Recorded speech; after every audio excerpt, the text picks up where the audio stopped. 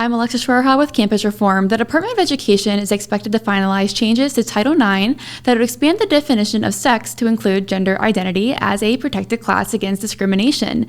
Title IX was enacted in 1972 to prevent discrimination based on sex, and the proposed changes have raised concerns among many different organizations who say that the regulation is threatening to walk back 50 years of progress. One such group includes a coalition of conservative organizations who sent a letter to the Department of Education calling on the department and the Biden administration to rethink these changes. Joining me now to break down this issue is Executive Director of Speech First, Cherise, and Southeastern Legal Foundation's Litigation Director, Braden. Boucek. Thank you so much for joining me. Thanks for having us. Thanks for having me. Of course. So just to jump into the conversation, the changes to the Department of Education is trying to finalize would expand protections to transgender students. Can you briefly just explain how this is important and what impact it's going to have for female students? Sure, I'll go first. The administration's anticipated changes of Title IX propose a new definition of sex that rolls back 50 years of advancement in women's sports. Congress passed Title IX to protect opportunities for women in athletics. And when it did so, Congress told America's schools that if they take federal funding, they cannot exclude women from participation in programs or activities. And what the administration has proposed to do is to redefine sex.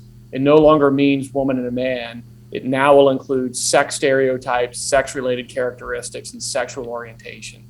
This completely ignores the language, structure, and purposes of Title IX as it was passed by Congress. Yeah, and I think what's important to point out here is that historically with Title IX, sexual harassment and assault were actually included to be considered discrimination based on sex, because that's what Title IX covers, is discrimination based on sex. And that definition has been so overbroadened by university campuses, for example, and the way that they apply it. It shows that they'll take, what is written down and apply it however they see fit. So I think that's something that's really important to recognize here. And the Biden administration has this reputation of being a pretty progressive administration. So how would you say that this change fits into the Biden agenda? Well, I would say this is part of the larger agenda. I mean, on day one of his presidency, he issued an executive order on sexual orientation and gender identity that muddied the waters on Title IX. And since then, it's just continued. HUD, which is supposed to be about providing housing, unilaterally extended the Fair Housing Act to prohibit discrimination based on orientation and gender identity. And HHS has done the same thing to prohibit discrimination based on sexual orientation and gender identity. Yeah, and this isn't that different from also what we saw in the Obama administration as well. And I think a lot of this is just kind of coming back. We have similar staff members that worked in the Office of Civil Rights in the Department of Education as well, and from the Obama administration. So I think it's a continuation of what was already being started then, and what the Trump administration had put a halt to by putting more specific standards in Title IX. This is all overbroadened. A lot of, when we talk about discrimination, the definition of discrimination has been so redefined on college campuses in such a way that it actually attacks constitutionally protected speech and expression. And so, with the transgender issue, we can start talking about what kind of compelled speech issues we're going to be facing, especially when talking about pronoun usage. And that's something that I think a lot of people aren't even paying close attention to. I was going to add, this really is uncharted waters. I mean, it is part of a larger trend. But here we are making it illegal for a school or a state to prohibit biological men from competing with women in sports. And that includes locker rooms, that includes changing. We're now going to have scenarios where female athletes are not only going to have to compete against men, but they're actually have to change clothes in locker rooms in front of them. Absolutely. I'm actually glad that you just brought that point up because, the women's sports issue is something we have been tracking pretty closely here at the Leadership Institute's Campus Reform. Specifically, we've been tracking different bills that are being pushed through the state houses to ban men from competing in women's sports. But if these changes to Title IX are finalized, men would be protected by Title IX to compete in women's sports, and it could gear up to a more legal battle in court. How would you guys describe this? Yeah, sure. Like my main concern is just with, of course, the other students who are involved in these athletics programs who have to kind of put up with this standard or these changing standards. You saw that with the Leah Thomas situation with the swimming team. A lot of the students came out anonymously because they were afraid to come out publicly and say that actually they weren't comfortable with this. This is something that really upset them and bothered them. In addition to the unfairness of the physical athleticism. It's also just like was mentioned earlier, is they have to use the same changing rooms, and they have to participate in kind of the same activities in the locker rooms. So this is something that I think students are actually really disconcerted with, and they actually don't get to express their ideas or viewpoints on this at all because of the way that it's again categorized as harassment, and then they could actually get processed through the anti-harassment offices on their campuses if they spoke up. Yeah, and Title IX was supposed to be about providing equal opportunities for women to participate in collegiate athletics. And by redefining sex to include sexual identity and sex stereotypes, we are now making it possible for men to compete against women. It isn't just the fundamental unfairness of the situation. It comes at the expense of women, the very thing that Title IX was designed to further. Mm-hmm.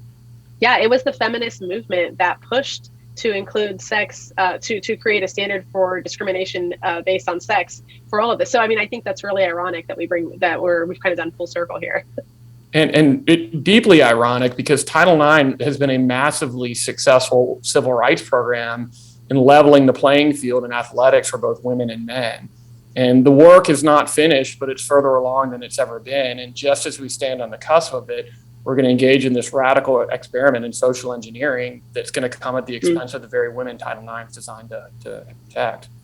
So I do want to touch a little more on the letter that was sent to the Department of Education. And in the letter, it states that, the changes to Title IX would demolish 50 years of progress in women's sports in schools, colleges, and universities. Can you describe what the states of women's sports was in 1972 and what this would mean for women today? Sure. I mean, women's sports was essentially a non-entity prior to 50 years ago. All of the funding and opportunities were devoted to men's sports. And Title IX required equality of opportunity for women as well. And so, you think about the opportunities that have been given to women in various fields, from golf to swimming to basketball, softball. And, it isn't just about sports. It isn't just about getting to be appearing on, ESPN. Sports opens up doors. It's opportunities for character building when you're in school, but it also opens up career opportunities afterwards. I mean, college athletes have a much higher degree of attainment once they leave college. And so when you're reducing the number of those opportunities for women, you're reducing the number of their opportunities throughout life. Yeah, and this is something that was brought up kind of early in the conversation around all of this was what are young females going to do in high school when they're supposed to be looking for sports scholarship opportunities? Are they going to be competing against men for these scholarship opportunities? And again, the irony is just unreal here because you're going to be seeing women getting discriminated against in all of these fields. Right. And additionally, the letter goes on to talk about parental rights as well, saying that changes to Title IX will erode the rights of parents in K through 12 schools. And as everyone knows, parental rights have been a popular topic, especially in this year's election cycle. We just saw it here in Virginia with the election of Glenn Youngkin. Can you further explain to our audience how these rights would be challenged? Well, parents have the right to control and direct the upbringing of their children. And this whole issue implicates deeply personal questions of morality and personhood. It overlaps with religion. It overlaps with sexuality. These are all deeply personal topics that it should be up for a parent and their small community to make decisions for their children. And by embedding this into law, you effectively have government and governmental agencies stepping in to insert their particular agenda, even if it is in conflict with the parents. Yeah, and I would like to emphasize to the listeners that, the federal Title IX regulation reaches all federally funded educational institutions, which is over 17,000 school districts, all public universities, and all public institutions of education, including libraries and museums. So this is pretty wide-reaching. And this Title IX change has been major in the headlines lately. So I'm very curious, is there anything you think that maybe isn't being as broadly reported or maybe it's being misunderstood? Yeah, I mean, obviously, so from an organization called Speech First, our emphasis is on free speech. So that's the thing that we're obviously most focused on. There was something implemented back in 2020 during the Trump administration, what we call the Davis standard. And this is a Supreme Court standard that kind of redefined the concept of harassment as something that is held to a much higher, more specific standard in how speech especially speech, can be deemed as harassing conduct.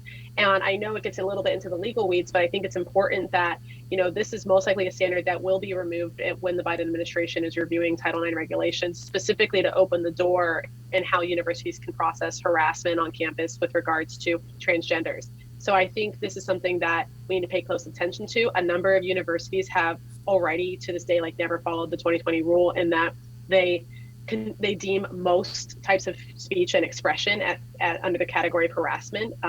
So there are a number of cases about this, and there are a number of issues. And I think that when schools start to try to process everything they disagree with as harassment, we're seeing a whole can of worms that can be opened with this new changes. And Cherise's legal point brings forth another one that's important for all lovers of the Constitution to appreciate. This is not a congressional enactment. Congress enacted Title IX to protect women. And the administration is, without any involvement of Congress, proposing to radically upend the meaning of those words. The American people have not had their say. Now, there's nothing that would stop Congress from changing and amending the law to include transgenders if that's what Congress wanted to do. But that's not the way we went about doing this. This is just government by fiat. It's one branch of government overriding the legislative branch. And that's why it is fundamentally unstable, to Cherise's point. I was just going to mention, they will open this up to public comment here soon enough. And I encourage anyone who's listening or watching to try to participate in that, so that there can be a flow of comments coming from our side, at least, because, the left always does kind of overwhelm the comment section. So it's important that we all get our voices out there as well. Absolutely. And that actually leads me right into my next and last question. There has been a lot of national attention on this issue. We're seeing your organization speak out, more organizations speak out. We're seeing action being taken across the states and state houses. We've seen 15 state attorneys general send a letter asking for the Biden administration to stop these revisions. But what else would you recommend that people do to make their voices heard? Well, I think it's important to engage in constructive civil dialogue on this. I mean, people are concerned about the issue, but the American people are fundamentally decent people, and they don't like anything that feels cruel or mean. And so it's important to talk about this issue in a compassionate way, but to also understand that hiring and firing a man who identifies as a woman is just fundamentally different from asking a woman to shower with a man or compete with them in sports. And every time a man competes in a woman's sport, he takes away an opportunity from a woman.